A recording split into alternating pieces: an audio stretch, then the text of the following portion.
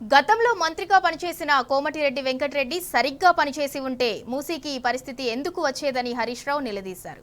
ఆయన హయాంలోనే మూసీ ఈ రకంగా తయారైందని మండిపడ్డారు. రాష్ట్రాన్ని ఎక్కువ కాలం పాలించింది కాంగ్రెస్ పార్టీనే అని అన్నారు.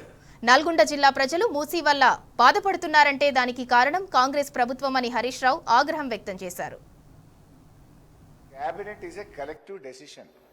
నేను చాలా సంవత్సరాల నుంచి సభలో ఉన్న తప్ప మంత్రి లేచి ఇంకొక మంత్రిని ప్రశ్నలు అడిగేటువంటి సంస్కృతి ఉండదు. బికాస్ క్యాబినెట్ అనేది ఒక కలెక్టివ్ డెసిషన్.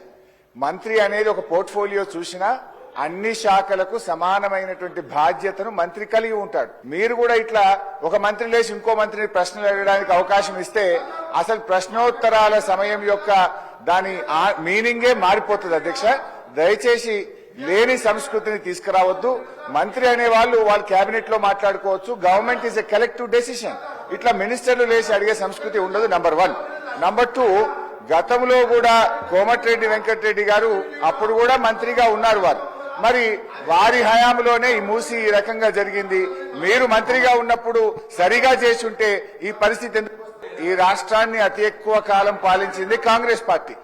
ఇవాళ మూసీలో ఇవాళ నల్గొండ జిల్లా ప్రజలు ఏదైనా బాధపడుతున్నారంటే దానికి ప్రథమ ముద్దాయి కాంగ్రెస్ పార్టీయే. ఎందుకంటే ఈ రాష్ట్రాన్ని ఎక్కువ రోజులు పాలించిందే కాంగ్రెస్ పార్టీ.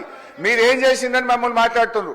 ఎస్ఆర్ఎస్పీ స్టేజ్ 2 పనులు పూర్తి చేసి కాళేశ్వరం జలాలను నల్లగొండ జిల్లా తుంగతుర్తి, సూర్యాపేట, కోదాడ ప్రజలకు అందించిన పార్టీ బీఆర్ఎస్ పార్టీ. అధ్యక్ష,